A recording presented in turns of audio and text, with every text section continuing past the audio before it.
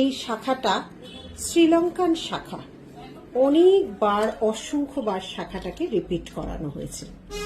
কাটা হাতিমুখ শাখা, এটা কিন্তু রেয়ার, এটা খুঁজলেও পাওয়া যায় না। আমাদের নীলিশ জুয়েলারিতে এটা প্রথম 4 থেকে 5 বছর আগে এটা লঞ্চ করেছিল। আজ অবধি কিন্তু এটা সমানভাবে জনপ্রিয়, কিন্তু এই শাখা কিন্তু সারা বছর পাওয়া যায় না, বানাতে প্রচুর সময় লাগে, টাইম টেকেন ব্যাপার হয়ে যায়।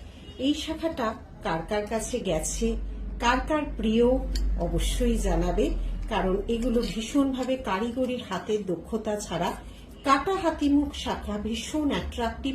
একটা ভালো শাড়ির সাথেও যে শাখা দিয়ে ডিজাইন বা স্টাইল করা যায় সেটা আমরা কিন্তু দেখিয়েছি। এই শাখাটা কিন্তু সত্যি একটা অনবদ্য সৃষ্টি আমাদের কাছে। অবশ্যই কমেন্টসে জানিয়ে